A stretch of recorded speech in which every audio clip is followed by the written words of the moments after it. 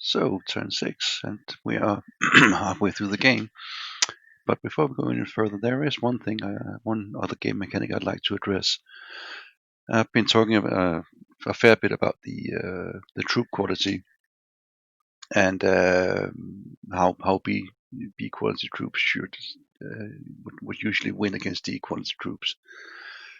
So, with that in mind, why is it that I've only suffered a handful of disruptions? Why the Germans are breaking, left, right, and center? This is because this is what happens when you put battalion-sized units up against company-sized units. Now, obviously, the company-sized units are smaller, and they'll inflict fewer casualties, and the sheer numerical disparity speaks for itself. But there's a bit more to it than that, and it all comes down to disruptions and morale checks and fatigue. Now, in order to disrupt an enemy unit, first you need to inflict enough casualties to trigger a morale check. And how many casualties is that? Well, I'll show you. But first of all, I would like to stress that again, you do not need to know these numbers by heart. You just need to know the what it means for the general situation. You don't have to be a math genius to play these games. You really don't. Anyway, in order to inflict a disruption check, a morale check, you need you take the loss divided by the loss plus the base size. And the base size for a battalion is 15. For combined companies, that is two company-sized units that has been merged into one, it is 10. And for single companies, it's 5. So what does this mean? It means that if a battalion-sized unit takes 15 casualties, you have 15 divided by 15 plus 15. That is a 50% chance of having to take a morale check for that combat. If a company-sized unit take 15 casualties, now it's suddenly 15 over 20. That is the 15 plus the base size of 5, so it's 15 over 20, which means it has a 75% chance of taking a morale check. So generally speaking, the smaller company-sized units will take more morale checks than the battalion-sized units. That's one part of it. The other part is the different base sizes also has different fatigue accumulation. So a battalion will have a fatigue accumulation factor of 2, 4 for the combined companies, and 6 for a single company. Now, what does this mean? Well, every time you take a loss, the parent unit will take somewhere between 0 and the accumulation factor times the number of casualties. So if a battalion took 15 casualties, it would gain somewhere between 0 and 30 fatigue. If a company took 15 casualties, it would gain between 0 and 90 fatigue. So what is happening here is that, first of all these company-sized units that the Germans have, they are taking more morale checks. Plus, the fatigue is going to skyrocket. Even though they might not take all that many casualties, each of them will gain extra fatigue. And once you get into fatigue 100, the morale drops 1. Go into fatigue 200, and morale drops 2 levels. And if you go up to 300 or max fatigue, it'll suddenly drop down to minus 4 levels.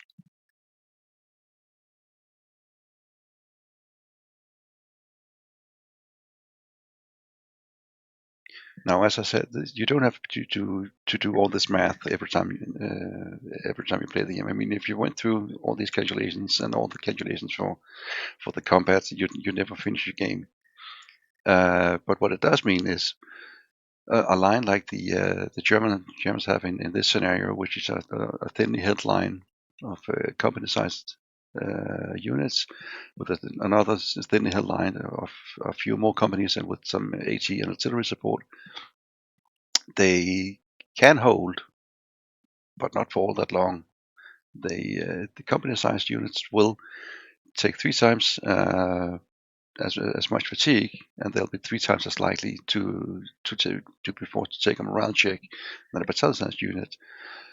So, if at all possible, do not split your battalions into company-sized units. Now, in a lot of cases, especially for the Germans, they absolutely have to in order to cover the front line. So what you can do is you can either, if say you have a regiment of 3 battalions, you can use one of them, split that one into companies, and use that to hold a 6-hex line, and then use the other 2 battalions as reserve behind that to move into wherever the attack may come. Alternatively, you can split two of the regiments, two of the battalions into companies, and use two companies from each battalion in the front line with one company in reserve. That'll give you a double line that is a little more resilient, and you still have one battalion in reserve to attack any trouble spots that might occur. You can also do a so-called tripwire defense, and simply have all 3 battalions split into companies and hold an 18-hex line. And that will give you, obviously, line of sight, and it'll give you advanced warning of any attacks, but the line will not hold for very long, so you'll need some sort of strategic reserve to be able to plug the holes that will inevitably occur. And this is actually what's happening in Meuse. If you take the campaign game, this whole thin line of company-sized units is pretty much what you see all across the line, but I think it's after 2 days, you get a fresh SS Panzergrenadier division in as reserves to plug any holes that might have occurred. But anyway, that's the reason why, even though my troops are of lower quality, they will, simply because they're battalion-sized units versus company-sized units, they will stay in the fight longer. Also, it doesn't help that the AI has absolutely no idea how to cycle its units. It's not going to pull back broken units. It's not going to try to cycle fresh units. I mean, down here, for example, these guys are broken. These guys are not under attack. It would be wise to simply switch them over. So to get fresh units into the front line, and let some of the more battered units try to get a rest. Again, this is a 9-turn scenario, so it's not all that important. You really can't rest that much in 9 turns, but again, in campaign games, the AI simply doesn't know how to cycle units or retreat to recuperate either losses or fatigue. It's just one of those things. But that's what's going on here. Now, with that said, turn 6, and I'm just going to switch off these flags so I can see what's going on. Same thing as usual, check for any disruptions. There's actually quite a lot over here, and we still haven't disrupted any of the core hexes that we need to take. Now that one actually hurts, that's motorized rifle battalion. That would have been nice to be able to solve that, but okay, you can't win them all. So there is a bit to get into. So first of all, this hex and this hex, particularly this hex. This one, it's a little more iffy if we can get assaulted this turn. I don't think we will be able to. So that one can wait, which makes this one the highest priority. So again, let's start with the artillery and see what we can hit. Not a sausage, at least nothing important.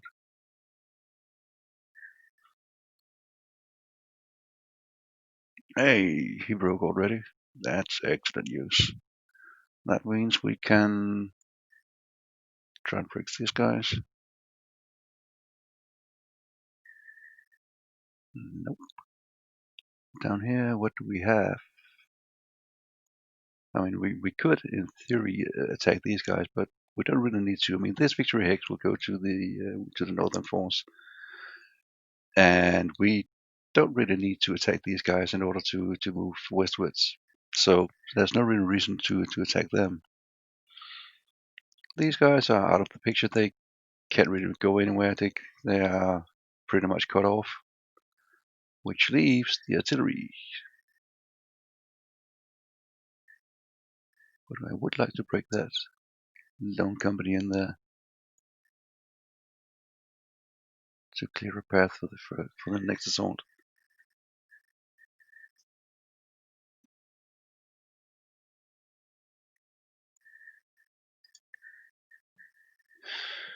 That's the artillery. Any aircraft left?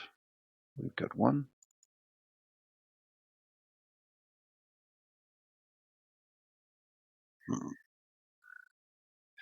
He's still hunkering down in his holes. Okay, we'll have to do it the hard way. So let's start in the north. Disrupt it, get him out. Disrupt and low ammo. Holy crap. Certainly get him out. These will move south. And now that the battalions from the 127th Rifle Division has come up, we can move the hang on. That regiment we moved from the 387th can now switch back over to the western attack, so we don't split our forces. Hang on. Okay, just bad luck. They're all out of command, which is a little annoying, but okay.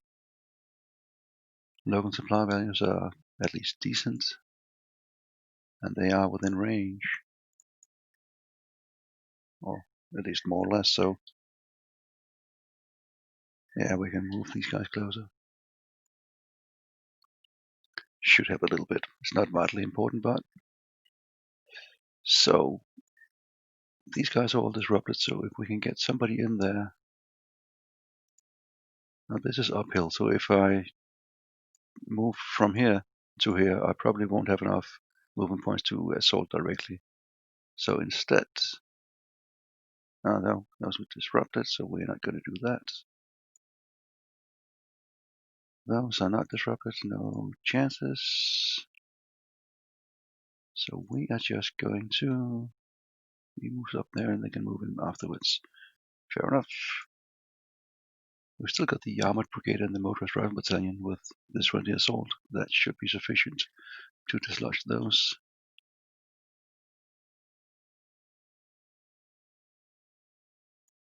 And yeah, and then we can move fresh troops in to cover the gap.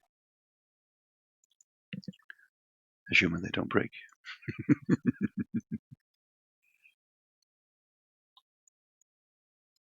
Get them out again.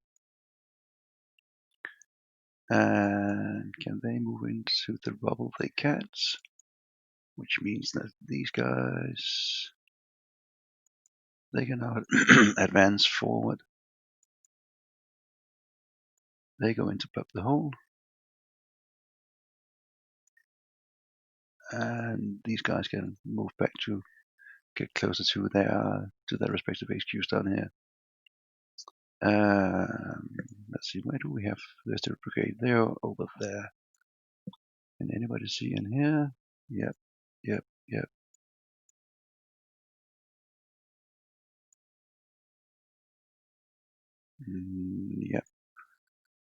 Well, there's not really nothing to do. We have to get into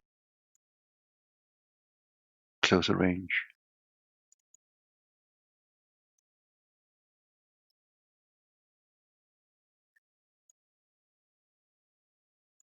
That should be that. They're disrupted. But they're not under threat and they still have their sonar controls. We're just going to leave them there. They're just going to have to take it. Move them in here. Now the southern thrust, none of these are broken. They got disrupted, that makes me sad. They're good. Well, we can't really move anything in there and still have movement points to assault, so we might as well try and use direct fire to dislodge these guys first.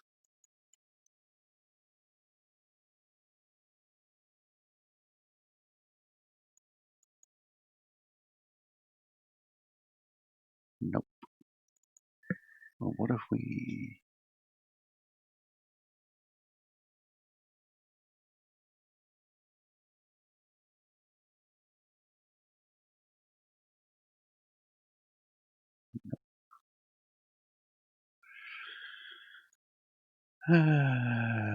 let's see.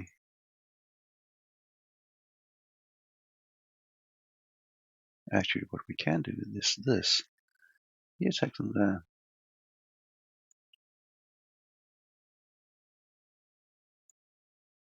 Damn it. No effect. Now,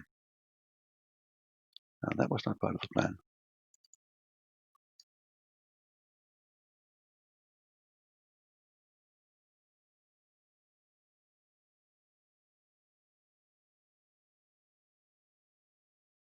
What I was trying to do is, if I had taken this hex, then these guys could go into here. And with these two hexes occupied, that would mean that these guys would have been isolated. And thus they would automatically lose a morale level, making them easier to break. But that was not to be. Now the problem is, there are zones of control all over my front line. So I can't really move any of my troops forward to any great degree. These guys can... Nope, they shot, so they can't move anywhere. We'll move these guys up there. Get the second wave a little closer. And we can actually move them forward a bit. Move up. Damn it.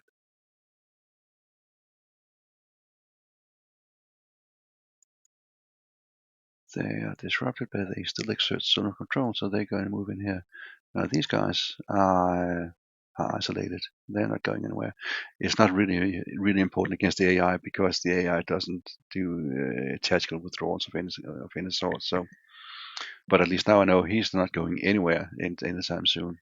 I'm still not going to attack him. There's no need. He's in a bunker there. There's no need to spend precious resources on trying to kill him. But at least now he's not going anywhere, and he can't really do much.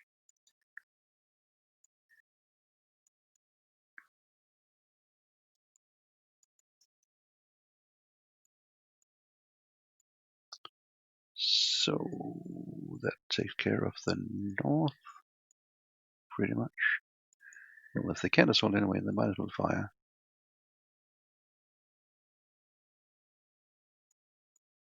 And they're not doing anything. You might as well fire. So.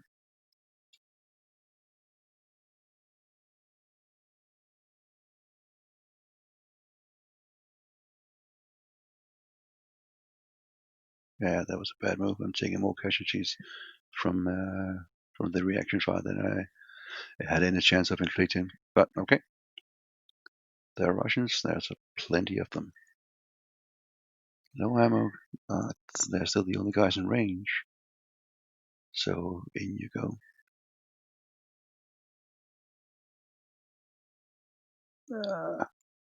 We're gonna try anyway. Yep, successful.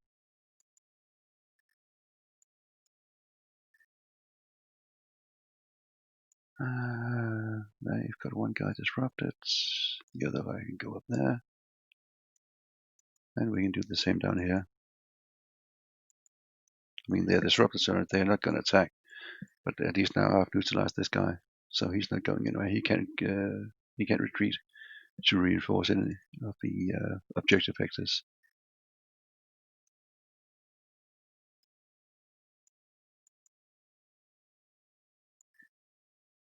He was disrupted. Get in there. Up there.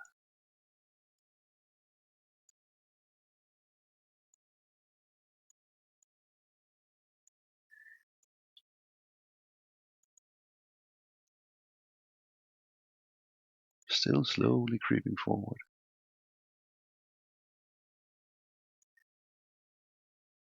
So these guys will have to go next. They definitely have to go.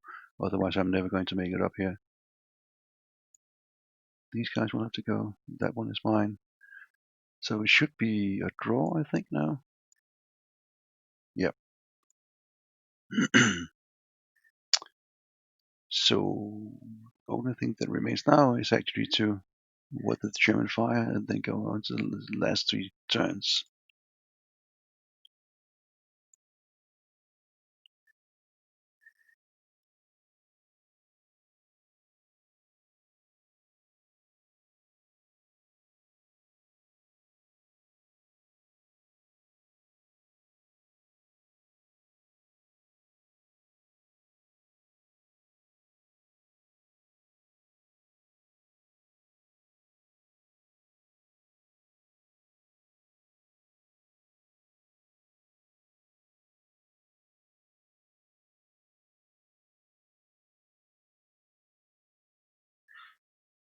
So again, nothing groundbreaking. One thing I did notice that these guys in here actually broke, which makes me extremely happy.